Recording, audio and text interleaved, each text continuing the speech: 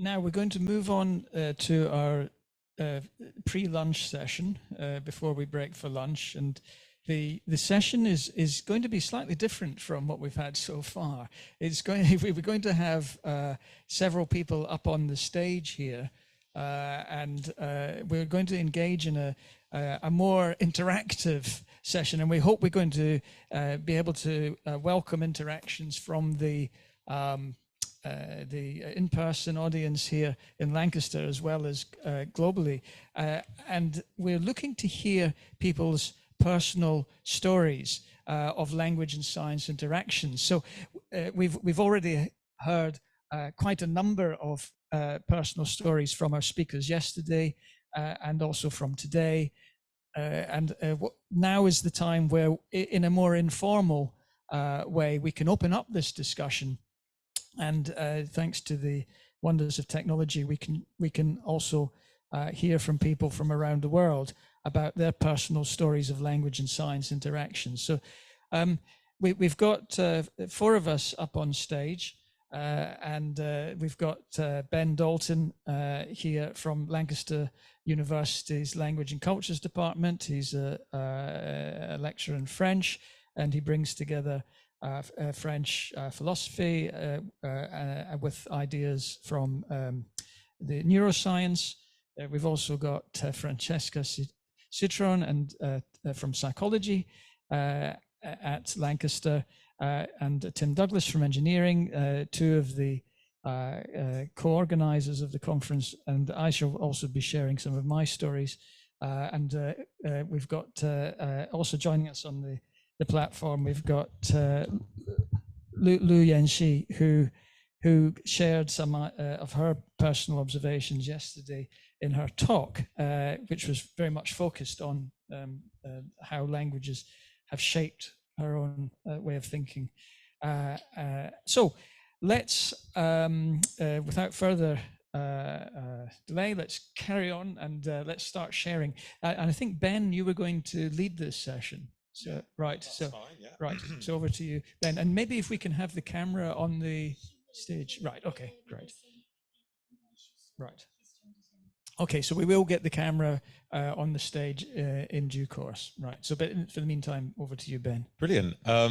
Yeah, so with this panel, sharing stories of language and science interactions, I kind of wanted to discuss the personal stories behind science, language, culture, research, and kind of ask from a very practical perspective, kind of what brings us into interdisciplinary collaboration and what drives us in those collaborations, and how talking about that from the kind of personal perspective can help us open up future collaborations. I think Derek was right when he said that, you know, there's been a lot of personal stories already coming into discussion during this conference. So yeah, I think it would be good in this discussion to kind of think even more reflexively about that, and think about, yeah, what kind of collaborations that opens up. So maybe I'll just quickly start by talking about my own interdisciplinary background. So as Derek said, I'm a new lecturer in languages and cultures at Lancaster, just started in January,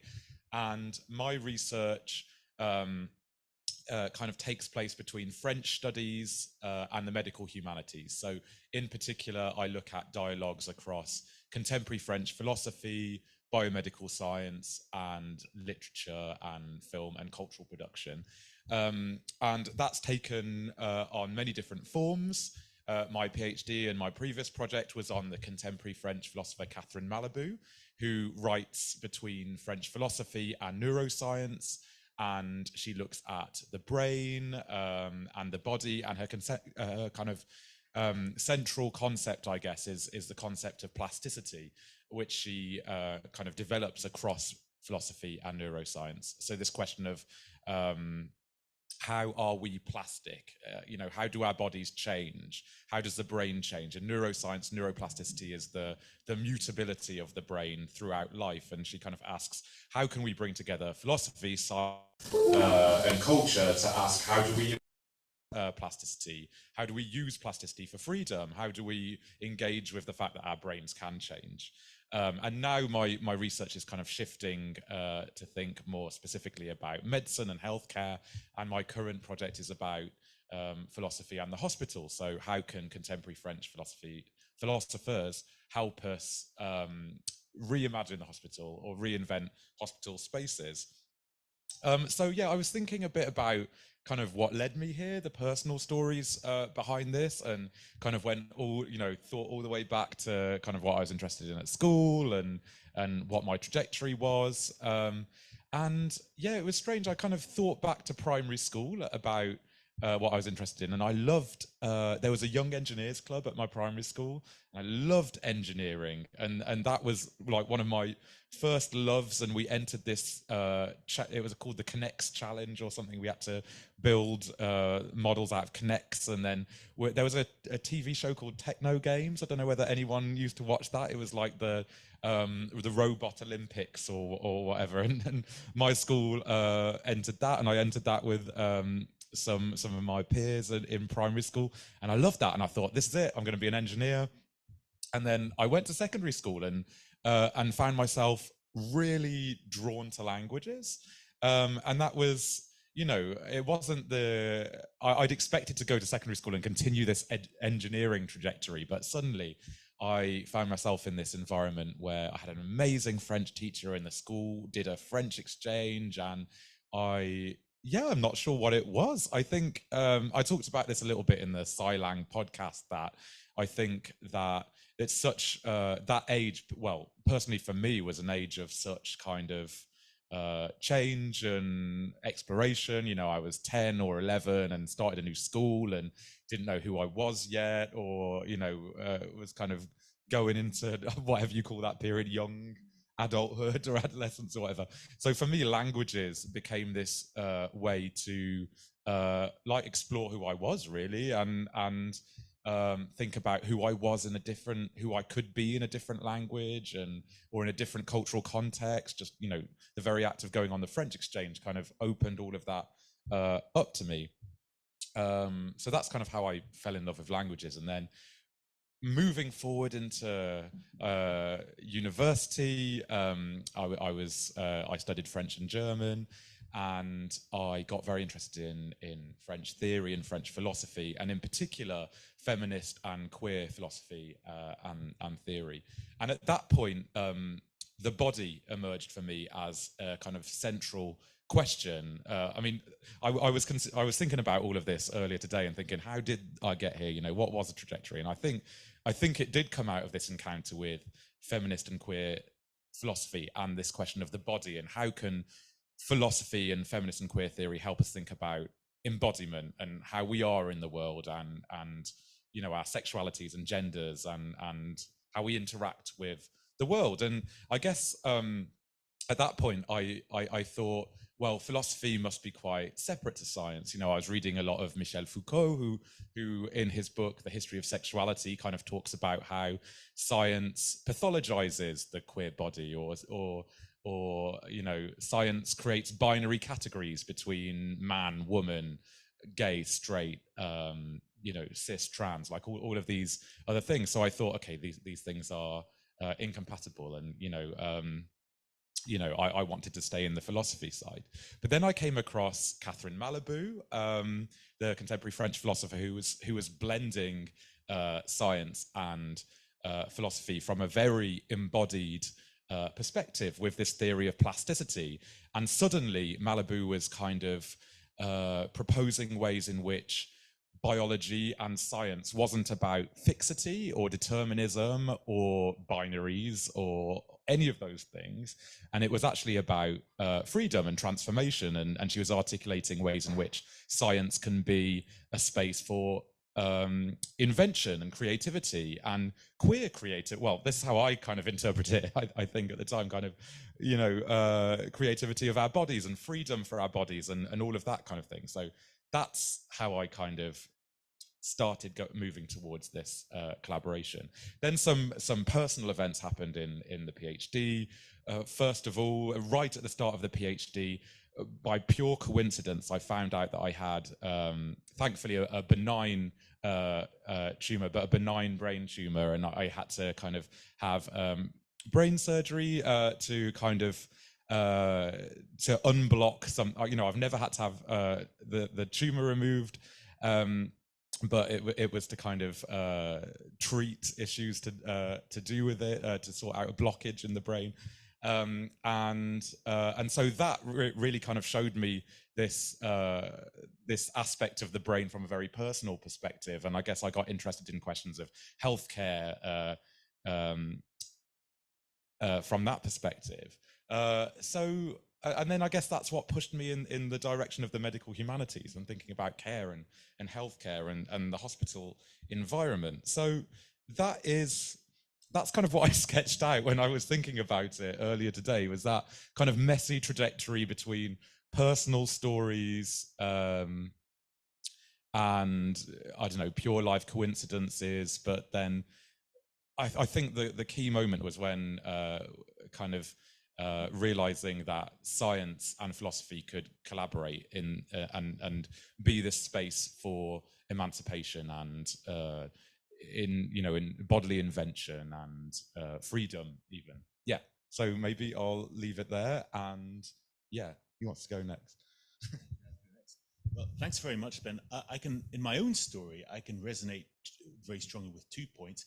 Firstly, how personal experiences can make all the difference, and for me also sort of learning language is also connected sort of to my identity. So one thing that I studied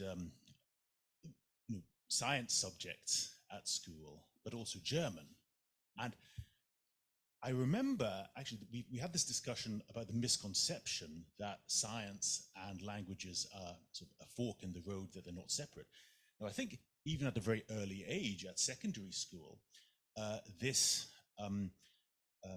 idea is strengthened not only by the fact that teaching staff don't sort of make the links between the two, but also in the choices of the pupils themselves. So I remember in my German class, I was the only one there who was also studying science subjects. The rest were all interested in humanities. So it was, at the time, it was seen as maybe some strange that somebody who was concentrating on science would be at learning German at the same time. And of course, I did think of studying German briefly. I mean, I was actually quite surprised that I was one of the best in the year group at it, because I was not strong in humanities in general. I was not good at English. I was and not sort of good with particularly in English, studying sort of literature. And when I realized that studying German would be just like studying my own language, but in another language, I decided that is not for me. And in fact, I think in general in the United Kingdom, correct me if I'm wrong, there's not very much to offer people who want to study languages, but not from a purely humanities viewpoint. Lots, if you're a humanities student, okay, great to learn. But coming back to my story, then when I really became really interested in languages was when I was an exchange student in Aachen in Germany. I studied at Imperial College, and I know that I spent 4 years studying. The 3 years at Imperial College are quite a blur now, and I don't remember very much.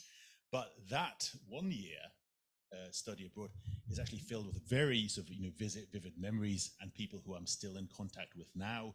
And it actually opened my eyes to the fact that a language is not just an academic subject; it's actually something which you can lead your life in, and you just experience another culture through. And so that was a life-changing experience for me.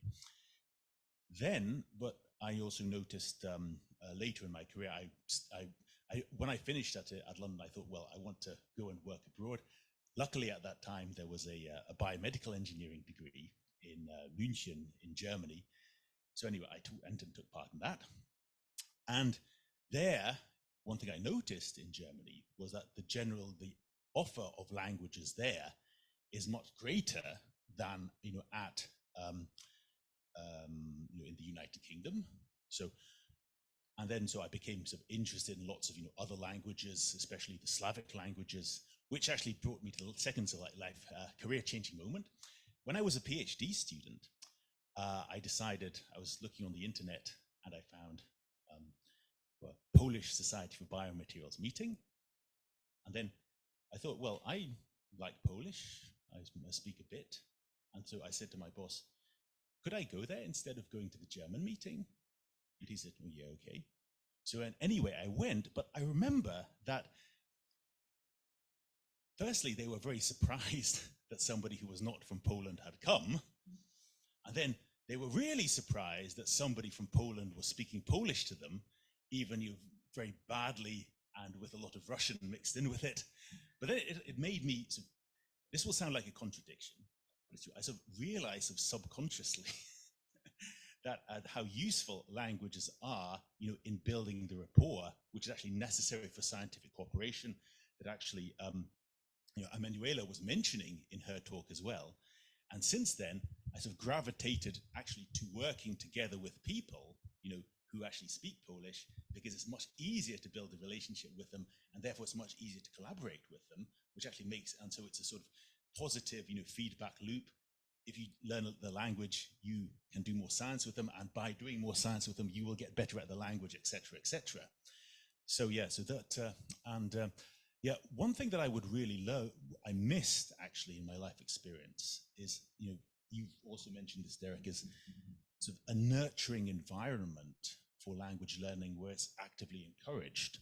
So when I did, study abroad in Germany, when I wasn't discouraged from doing it, but I didn't find a lot of active encouragement either for my department or my, my surroundings. I mean, there was, and then also when I have learned languages, people are generally appreciative of this, but I like, Israel's saying yesterday, you may have a tune, but you don't have any harmony. So what I would be great is if we could provide some more harmony to the people who are actually learning some new languages. Yeah. So from my side, who'd like to go next? Very briefly from me, I studied languages and sciences at higher level in Scotland when I was growing up, and I had to put more emphasis into languages than sciences just because of the lack of space that there was. I loved both languages and sciences, probably languages a little bit more. But then I went in to choose my university subject, and because I loved languages just a little bit more than science, I went into Chinese. But there's 2 points I'd like to draw from that. Is that there's a discursive element to the promotion of bringing languages and sciences together, or raising people's awareness about how they are already together, as Tim, you were emphasizing earlier. There's also a structural element. And even if some people feel that they wish to pursue both languages and sciences in their education, and I'm thinking specifically here about higher education, university, the structural barriers to combining languages and sciences in an undergraduate degree are very real. So that there are very few degrees that combine in joint honors form languages and science. And the ones that do treat the two halves of the degree as completely separate, usually. They don't talk to each other very much. And in sciences, my colleagues tell me that there's no space on the timetable because there are so many demands from the regulatory bodies and so on about what they can do. So we raise our hands in despair and nothing is ever done about it. But we really need to think more carefully and be more active in providing pathways to people who wish to combine languages and sciences, and then making the integration really work where the two sides speak to each other. So to sum up, there's a discursive element to this where we create the nurturing environment you're talking about, Tim, where from primary school, it becomes second nature to kids that languages and sciences can mutually enhance each other. through secondary school, and then at university we need to create the structure that can make that truly happen.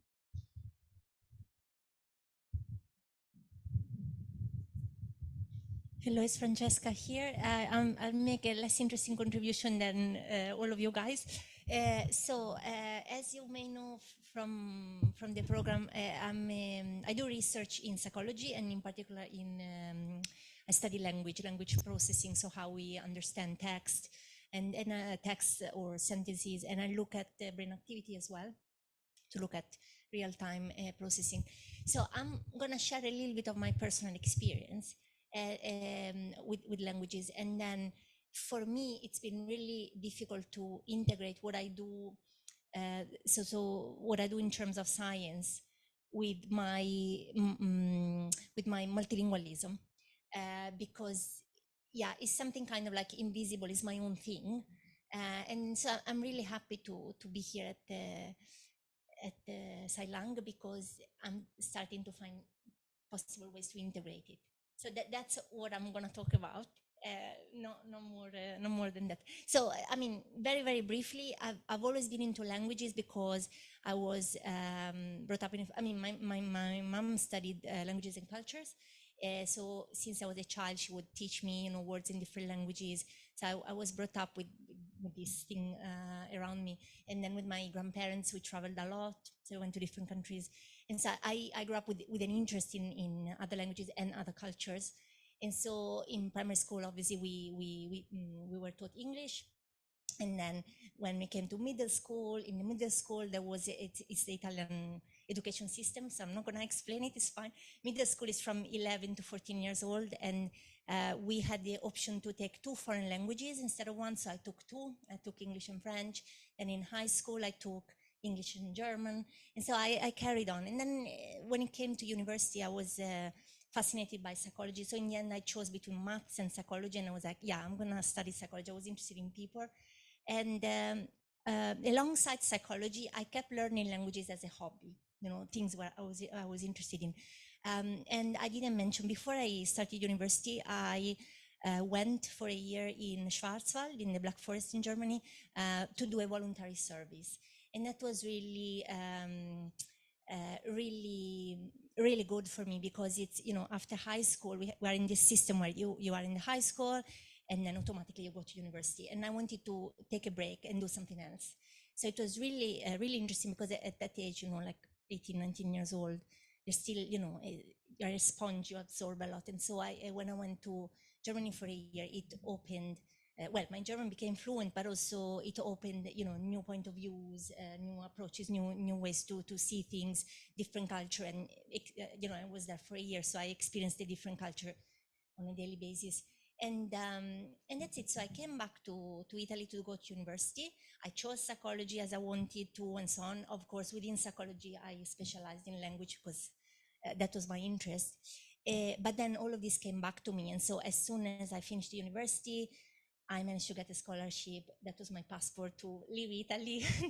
And I started to move around, And so now I don't want to talk so much about my story, but it's just an introduction to say, I was, of course, in my research, having learned different languages helps, because I do study language processing, and instead of doing it only on, English or Italian, I can make also cross-linguistic comparisons. So obviously, it's immediately benefiting my research in a very, not selfish, but in a very practical way, in a very pragmatic way. But within psychology, I've always felt like I'm an isolated case, an isolated case, because none of my psychology fellow students or colleagues, very few people were interested in language. So it was my own thing. And it's always been my own thing. So, and I put it in my CV and so on. But I don't think that, certainly it may have helped with some jobs, the fact that I was speaking, I got jobs in Germany, the fact that I was speaking German certainly would have helped, but I don't think it was the deciding element. And so I've always felt like, okay, but why? I've learned all these languages because of passion, but why?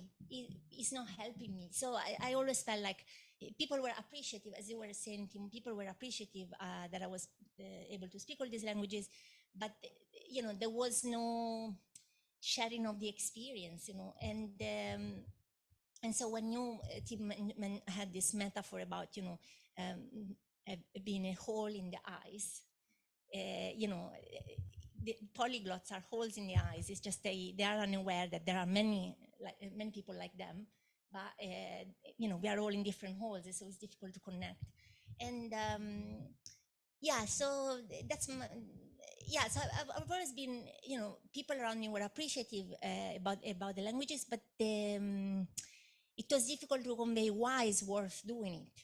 I've actually been very unsuccessful with this. You know, why is it worth learning another language? And now here at the SciLang, I start to, you know, first share with other polyglots, but also I start to find connections, and hopefully I will be better, you know, better able to communicate to my, I don't know, psychology colleagues or whatever, you know, why is it worth? And so that's my contribution.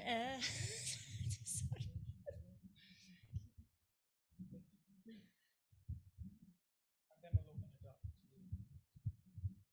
Just give me 5 seconds. I need to retrieve something from my memory, because actually I wanted to comment on what Francesca just said, but can you remind me a bit of the so you were saying something that during the learning of the languages, and sorry, working memory issues.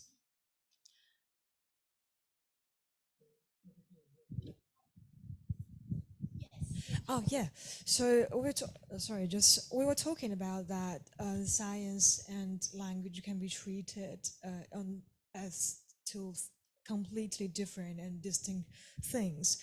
But then my feelings or my own subjective experience about learning language from little, because English is a mandatory subject from primary school till high school in China. So, but then because of the writing form, everything is so different, the two languages, Mandarin and English. Then I felt during the studying process, I always had the feeling that it's the sometimes we need to solve certain grammar problems or these lexical these morphemes and stuff. It's really close to math problems, actually, just it's presented in a different way, because maybe it's not like direct formula, or maybe it's not, everything has a bit of ambiguity, but I do find they are very similar. But then students are not really encouraged to thinking that way, and that's why sometimes or often we would hear from students, oh, I'm a math student, or I'm an language students, or like I'm good at English but I'm not good at, it's almost like an implication that I say, oh, I'm good at English but I'm not good at math, because language is different, but it's actually not. Yeah, it's very interesting what you're saying, and she really so two things. Yeah, one thing that came to mind is also programming language. Okay, it's not a human language, but you know, I feel like I'm not very good at IT, you know, but I'm good at language. Why? I mean, there's a connection. And then, I mean, one of the languages I really love is German, as you may have gathered. And I've always felt like I really like German because it's like maths. It's very regular and the clear rules. And it's, you know, even though it's complex, but, you know, you can really find rules that are almost 99% valid, you know. So this thing with maths is really, really an interesting link. These have been really exciting and interesting stories and very colourful. I wonder if we should now invite our global audience to share some of their personal stories. Or our local audience here in Lancaster. So if you're online and you want to share a personal story of bringing languages and science together, you can do so in the chat, or you can unmute and and start to share. I also invite, and we invite people from our local audience to share any stories that they have. So does anybody have any stories that they wish to? I can tell you that the panel here on the stage can certainly go on and fill the time, but we won't have any problems doing that. But we want to be open and generous in our conversation. Yeah. So we'll keep an eye on the chat, and if anybody wants to share, and likewise here. I mean, I had a few questions that I could ask. Yes. So, questions that I was thinking about, but also questions that have come up from the discussion. So if anyone on the chat or in the room or on the stage wants to kind of respond to these questions. So I was thinking about how often when kind of arts and science come together, there is people can have perceived notions about what the interaction should be, and sometimes people think that arts are there to communicate science. Science comes up with the concepts, and then arts can communicate the concepts, or something like this. So I was wondering, kind of in all of your experiences, how you'd kind of come up against that perception, perhaps, or moved beyond it. I've certainly found that arts can come up with the concepts. Do you know what I mean? The arts and science work together to come up with concepts. From my one example in my own experience is this concept of plasticity in Catherine Malibu, and in science and in those areas. Malibu kind of talks about how the word Plasticität comes from the German Plastizität, I think in the work of Goethe, but I might be wrong, and how that kind of brings into language a new way of approaching themes of malleability and transformability that then work their way into science and eventually into neurobiological understandings of how neural connections in the brain form networks, for example. So I find that fascinating, how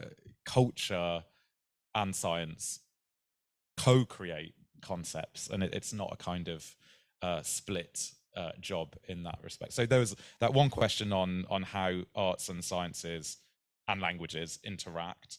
Then yesterday we were talking a lot about emotion. Today's all been about, this panel's all been about personal stories, which they've all come with emotions and affective sides to them. So I guess I had a question about emotions in science. Another cliche is that science is objective and is about fact beyond emotion and stuff like that. How can interactions between languages, cultures, and sciences change that? Or yeah. Well, first, what I wish in language teaching that teachers would actually share some of their personal experiences to make clear that learning a language is an emotional experience and connected with lots of other things. And I have been asked the question, why do you prefer sort of learning German over French? Isn't it just the same language learning? And now, if it's an intellectual exercise purely, then you might think so. But of course, as we were talking about today, the way in which German is structured and the way French is structured, one may prefer one or the other, and also in the way that a language is generally taught. I mean, from my personal experience, I also had the experience that German for me was a language, and I thought, great, if I see a word, I know how to pronounce it. Now, when I learned French, maybe it was bad teaching, but our teachers did not tell us, how do you pronounce these words? It was just a case of repeating them a lot, and with the idea that you would absorb the way, the pronunciation. Now, you'll know much better than me, Ben, if that's of common practice or whether it's good practice or poor practice when teaching French. But there's the point is that that's why that's one reason also why it's not the same. The way all these things connected with language, and in science, there's even less of this discussion. So nobody, sort of science teachers equally never talk about, what motivated them to become science. The sort of, the beauty they found and the satisfaction they found about it. So, so in languages, it's bad, and in sciences, it's worse. Put it that way. Can I add to that, Tim? So we have started in the languages department at Lancaster to share, colleagues have started sharing language biographies. So this very idea of that you're mentioning, to help engage language learners in a discussion about the emotions that are involved, the challenges, the difficulties, and the ways in which languages can enrich our lives. But for language learners, students in the classroom, to also reconceive of their teacher as a language learner too. And one of the problems that I think we have in the language learning sector is that for too long we've set up the idea of the language teacher as completely fluent and proficient in the language that's being taught, knows everything, can answer everything, and that's the standard to be attained. And the teachers have not shared their very human and personal stories and failings and struggles, and so positioning teachers as language learners too, I think is very helpful. And I certainly learn a lot from my students, so I also have repositioned my students as my language teachers. And there's another aspect to this, which I think is sharing language biographies is all very well, but we need to go a step further. And we need to, as you're suggesting, Tim, in the sciences, it would be great if scientists could share more about languages and how they've enriched their lives and careers. And we heard from Emmanuel today about a lot of data supporting this idea. But language teachers across the educational pipeline do not, I believe, ever stop to share, ever think about sharing with students, or maybe a few do, how sciences and the science disciplines have enriched their own language and cultural journeys. And this is maybe counterintuitive, because we might think, well, how can science enrich language and culture? But this conference and this project is all about showing how engagement with sciences can influence and shape and enrich our own development in language and cultural learning. And I think this is what we need to bring more into our pedagogical practices. So when we share language biographies, we also share how science has enriched our language learning. Can I respond to some of the very good points that Derek has made? So I want to talk about my brief stint as a proper language student, because for me personally, language learning has always been a choice. It's been something that is outside of my professional life. But I spent 1 year during my undergrad as an exchange student in southern Sweden, in Lund Universitet. And obviously I learned Swedish for that, but back then I already spoke German. So I was going to do some music there, but I ended up not doing music, and instead I did some linguistics. So I did a phonetics class for like year 1 students, and the teacher was a German. So we were talking about like Swedish phonology, and she was completely unable to make the Swedish E sound. So she was always like U, and that sort of reminds me of what Derek said about teachers not being perfect. It's just we are all sort of on this journey together, learning about things.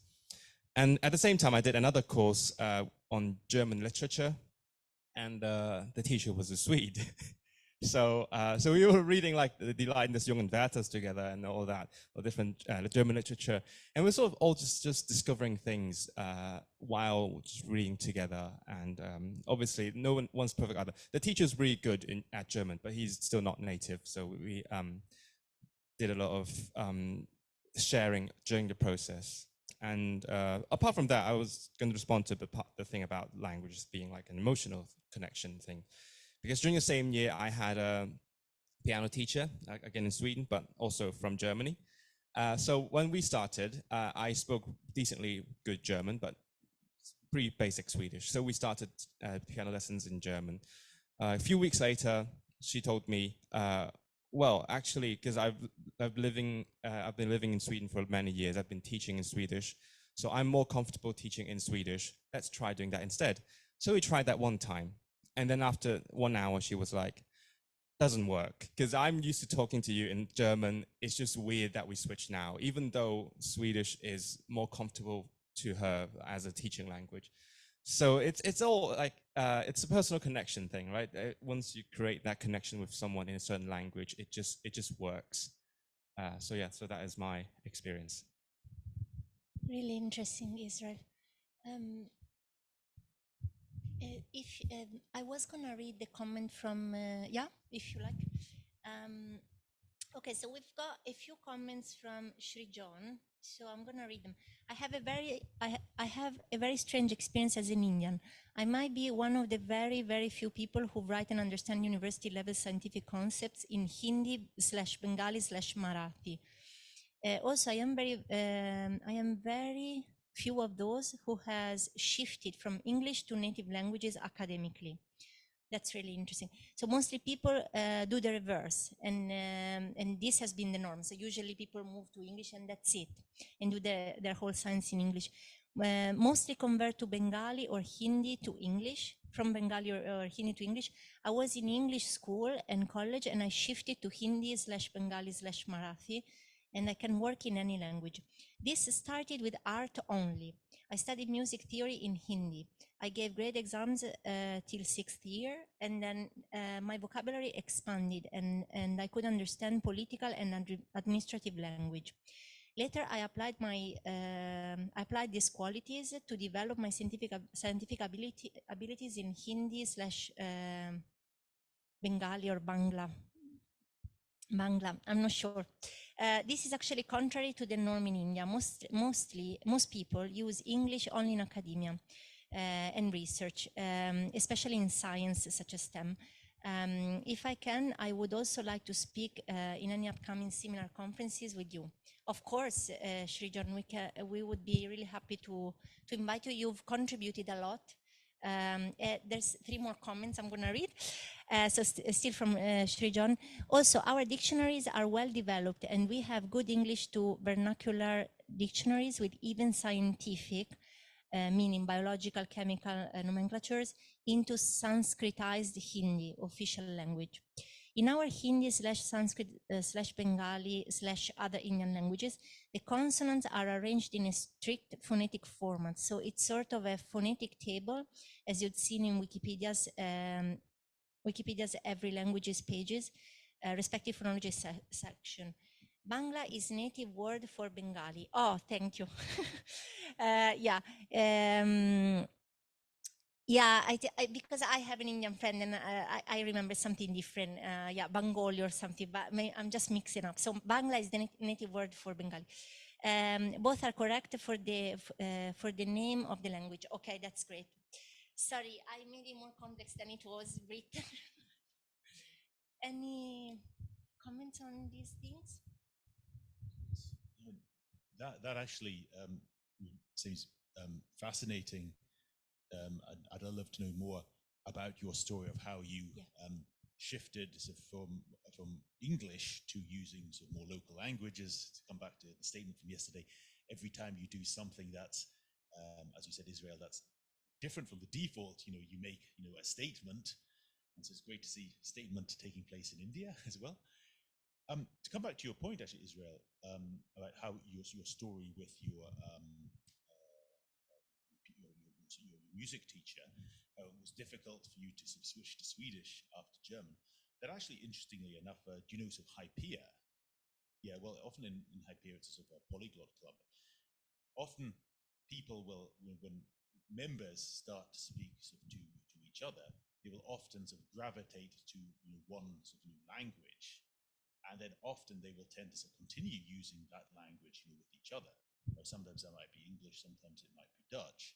But you actually, what you're saying is very true. Once you start building up a relationship with somebody in one language, it's not self-evident that you would necessarily switch to another one.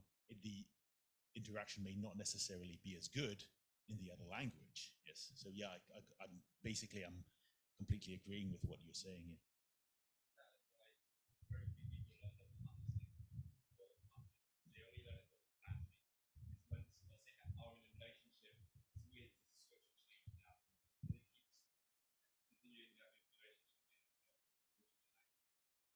Can I just make a very brief comment connected to what you said earlier, Israel? I have a German friend who used to live in Lancaster, and we are connected because of yoga practice. And so the yoga practice we were doing here together was always in English. So we have this common vocabulary. And even though, I'm fluent in German and we could be speaking German, we just keep English because that's how we made the connection and because of the yoga vocabulary. And so it's just to relate to your story of the teacher. Sorry, guys. But there are a lot of examples. I think that's something which I find very interesting, that, you kind of decide in the beginning of a relationship. Well, not decide, you kind of fall into a certain pattern. I noticed that, for instance, with my Portuguese. We have Brazilian friends whom I met early before I spoke any Portuguese. We spoke, of course, English, and then we continue English. If I met them after I learned some Portuguese, then usually we'll be speaking Portuguese. So, and I know several couples, one, in fact, Polish, a Polish-Hungarian one, who spoke German because they met in Vienna, and they spoke for many years after moving to England German. Then they switched to English. But the other couple which I know, Polish, Spanish, they met in Leipzig. They still speak German now, 15 years, so to say, because that was, so to say, their common language. So there is something about this kind of, exactly as you both or your three say, about this kind of establishing a beginning relationship, and then it costs to move.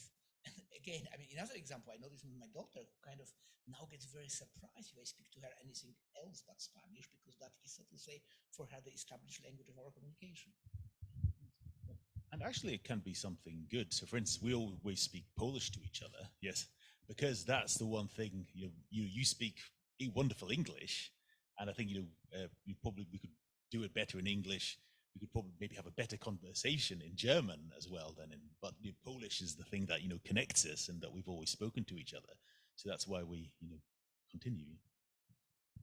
Is there like a vulnerability to that? A kind of your I don't know, your partner seeing you speak it to them in their language, or your friend, for example, hearing you speak in a different language and kind of transgressing beyond the boundary of what you normally, Derek has been talking about failing and talking about, the kind of vulnerable side of language learning. And I think I'm really interested in that side as well. And hearing these stories made me think of a kind of a moment that sticks in my mind, where I had this friend that I knew in Germany, and I think we spoke to each other in German mainly, and we used to have like this like fall about laughing with each other. We found each other so funny.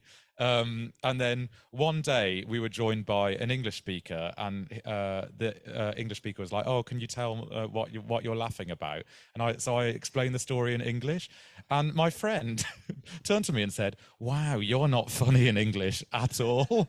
And it was like this really, like deflating moment for me. And I thought, oh no, that's like what meant to be, that's my native language. Am I not, so yeah, I don't know. I'm interested in this idea of vulnerability and failing, and how we do that in our pedagogy as well. How we can be, honest and vulnerable about the failures in learning languages as well. And it made me think of this question of the body that came up in my own personal story, and the body being that central question. And that's the body is how I came at philosophy and science, and this question of plasticity but the body is at the center of this vulnerability, I think, because a language isn't just a kind of voice, communicating from in pure space or something. A language comes from a body, and bodies are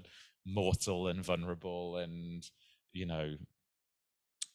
fragile and all of those things. So how does it go, kind of bringing it back to science maybe, how does the body, what is the role of the body of the researcher in science, and what is the role of the vulnerability and even mortality of the researcher in science maybe? Just a very quick comment about the body. One thing that's not talked about in language, people talk about speaking, writing, listening, and reading, but people don't talk about moving, how you use your body, or watching other people move their body as well. And I think we had this discussion that you said the Chinese don't use a lot of hand gestures, but that the Italians use lots. Yeah.